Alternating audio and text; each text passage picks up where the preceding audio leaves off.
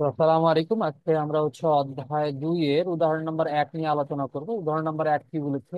একটা সেট দেওয়া আছে 7, 14, 21, 28। সেটটিকে সেট গঠন পদ্ধতিতে প্রকাশ করো।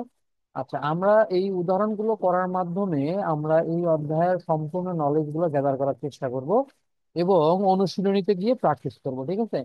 প্রত্যেকটা লাইন বাই লাইন আর নতুন করে কিছু পড়াইলাম না, এগুলো সবাই জানা বা এর আগের লেকচার গুলো দেখলে পাবেন। তো আজকে আমরা উদাহরণ 1 থেকে শুরু করবো। উদাহরণ বুঝাইতে বুঝাইতে সব নিয়মগুলো আমরা রিকল করে ফেলবো আর কি। কেমন? ওকে। উদাহরণ 1-এ কি বলছে? একটা সেট, এই সেটটিকে সেট গঠন পদ্ধতিতে প্রকাশ করতে হয়। আমরা জানি সেটটাকে দুইটা পদ্ধতিতে লেখা যায়, একটা হচ্ছে সেট গঠন পদ্ধতি আর একটা হচ্ছে তালিকা পদ্ধতি। এইখানে যেটা আছে এ সেট, এটা কিন্তু হচ্ছে তালিকা পদ্ধতিতে রয়েছে। কেমন?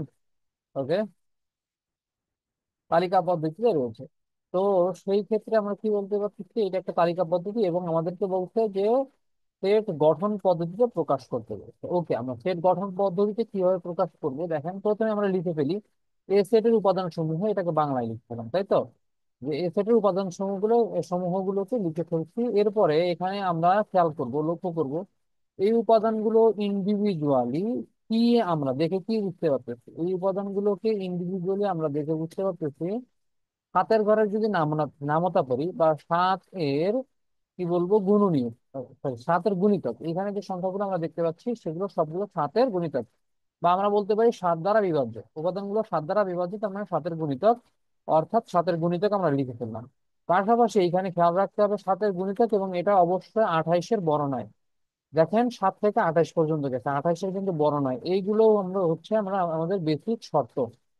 এই সংখ্যাগুলো দেখে আমরা বুঝতে পারলাম। ওকে, দেন আমরা এটাকে লিখতে পারি, এই যে বাংলায় কথাগুলো লিখছি না, এগুলাই আমরা কিভাবে লিখবো, গণিতের ভাষায় সেট গঠন পদ্ধতিতে লিখবো।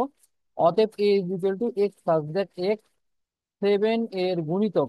এই যে এখানে আমরা লিখেছিলাম না 7 এর গুণিতক, এই 7 এর গুণিতক এই কথাটা ওইখানে লিখে দিলাম। এবং এবং দিয়ে আমরা আর একটা শর্ত দিয়ে দিব যে 7-এর গুণিতক 0-এর থেকে বড় হবে।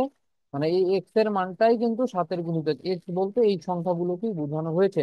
এই সংখ্যাগুলো অবশ্যই 0-এর থেকে বড় হবে। 7-এর গুণিতক 0-এর থেকে বড় কত? 7 × 7। ঠিক আছে?